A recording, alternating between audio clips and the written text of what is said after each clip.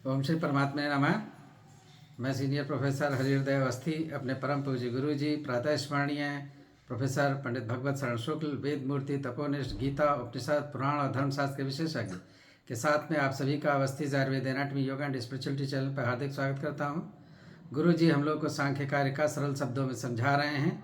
58 कार्य का है। इसमें प्रकृति पुरुष के लिए मोक्ष प्रदान करती है, तो समझने के लिए गुरु जी की ओर चलते हैं। नमोऽस्त्वनन्ताय सहस्रमूर्तये सहस्रपादाक्षिशिरोरुबाहवे सहस्रनाम्ने पुरुषाय शाश्वते सहस्रकोटियुगधारिणे नमः। कृष्णाय वासुदेवाय हरये परमात्मने प्रणतक्लेशनाशाय गोविंदाय नमो नमः। इस चैनल से संबद्ध सभी विद्वद्गण, सभी जिज्ञासु छात्रवृंद, सज्जन वृंद एवं इस चैनल के संस्थापक तथा प्रबंधक आचार्य हरिहृदय अवस्थी जी, आप सभी का सांख्य शास्त्र की इस विचार परंपरा में स्वागत है। वर्तमान में हम लोग 57 कारिकाओं तक विचार कर चुके हैं, जिसमें दृष्टांत के विषय में और दाष्टान्तिक के विषय में विचार होता है। तो 57 कारिका में प्रतिपुरुष विमोक्षार्थम स्वार्थ इव परार्थ आरंभ ये कहा गया कि जो प्रकृति है प्रत्येक पुरुष के विमोक्षार्थ अपने स्वार्थ की तरह परार्थ का आरंभ करती है। उसी को यहाँ पर पृथक रूप से विवेचन अगली कारिका में कहा जा रहा है कि औत्सुक्य निवृत्त्यर्थम यथा क्रियासु प्रवर्तते लोकः पुरुषस्य विमोक्षार्थम प्रवर्तते तद्वत् अव्यक्तम। प्रश्न ये होता है कि प्रकृति पुरुष से संबद्ध ही क्यों होती है? क्या आवश्यकता है प्रकृति को पुरुष से संबद्ध होने की? तो ये देखा जाता है, कोई भी कार्य समक्ष आता है,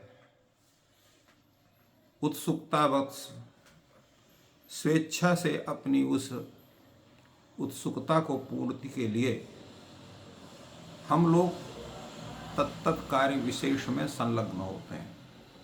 औत्सुक्य निवृत्त्यर्थम यथा क्रियासु लोकः प्रवर्तते लोकः जनः।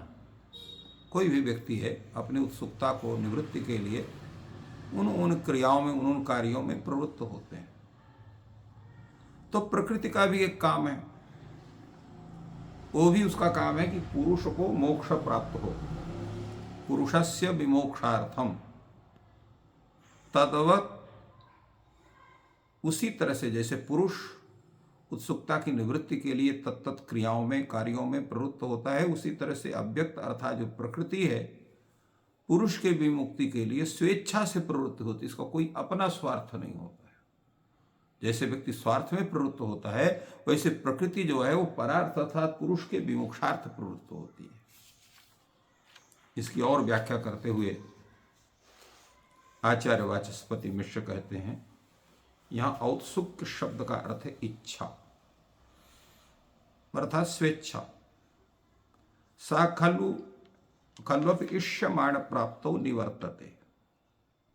जो इच्छा है, जो उसका अभिलषित है, जिसको पाना चाहता है व्यक्ति, और इच्छा जिसको प्राप्त करना चाहती है, वो इष्यमाण वस्तु की जब प्राप्ति हो जाती है तो उससे निवृत्त हो जाती है, फिर उसमें पुनः संलग्न नहीं होती है। जैसे उदर पूर्ति में प्रवृत्त व्यक्ति क्षुधा की समाप्ति होने पर पुनः भोजन में प्रवृत्त नहीं होता है। ये इष्यमाण वस्तु ही हमारा स्वार्थ है। इष्यमाणम च स्वार्थ है और इष्ट लक्षणत्वात् फलस्य, क्योंकि फल की प्राप्ति ही इष्ट होता है।